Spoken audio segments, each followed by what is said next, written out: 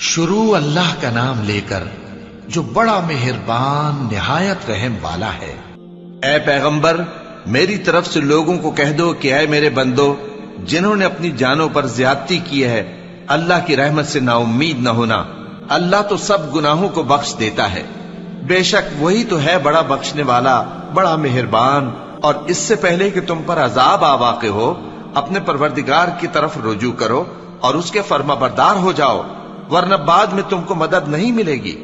اور اس سے پہلے کہ تم پر ناگہاں عذاب آ جائے اور تم کو خبر بھی نہ ہو، اس نہایت اچھی کتاب کی جو تمہارے پروردگار کی طرف سے تمہاری جانب نازل ہوئی ہے پیروی کرو۔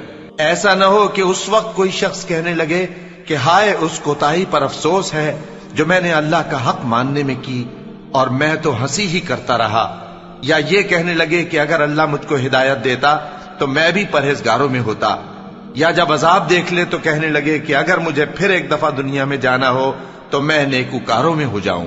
اور وہ وقت یاد کرنے کے قابل ہے جب تمہارے پروردگار نے فرشتوں سے فرمایا کہ میں زمین میں اپنا نائب بنانے والا ہوں۔ انہوں نے کہا کیا تو اس میں ایسے شخص کو نائب بنانا چاہتا ہے جو خرابیاں کرے اور کچھ تو خون کرتا پھرے؟ اور ہم تیری تعریف کے ساتھ تسبیح و تقدیس کرتے رہتے ہیں۔ فرمایا میں وہ باتیں جانتا ہوں جو تم نہیں جانتے۔ اور اس نے آدم کو سب چیزوں کے نام سکھائے، پھر ان کو فرشتوں کے سامنے کیا اور فرمایا کہ اگر سچے ہو تو مجھے ان کے نام بتاؤ۔ انہوں نے کہا تو پاک ہے، جتنا علم تو نے ہمیں بخشا ہے اس کے سوا ہمیں کچھ معلوم نہیں، بے شک تو دانا ہے، حکمت والا ہے۔ تب اللہ نے آدم کو حکم دیا کہ آدم تم ان کو ان چیزوں کے نام بتاؤ۔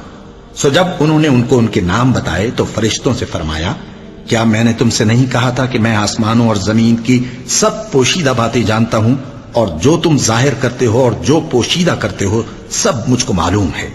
اور جب ہم نے فرشتوں کو حکم دیا کہ آدم کے آگے سجدہ کرو تو وہ سب سجدے میں گر پڑے مگر شیطان نے انکار کیا اور غرور میں آ کر کافر بن گیا۔ اور ہم نے کہا کہ اے آدم تم اور تمہاری بیوی بہشت میں رہو اور جہاں سے چاہو بے روک ٹوک کھاؤ پیو، لیکن اس درخت کے پاس نہ جانا نہیں تو ظالموں میں ہو جاؤ گے۔ پھر شیطان نے دونوں کو اس درخت کے بارے میں پھسلا دیا اور جس عیش و نشاط میں تھے اس سے ان کو نکلوا دیا۔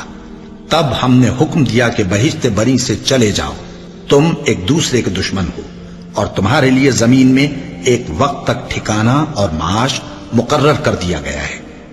پھر آدم نے اپنے پروردگار سے کچھ کلمات سیکھے اور معافی مانگی تو اس نے ان کا قصور معاف کر دیا، بے شک وہ معاف کرنے والا ہے، بڑا مہربان ہے۔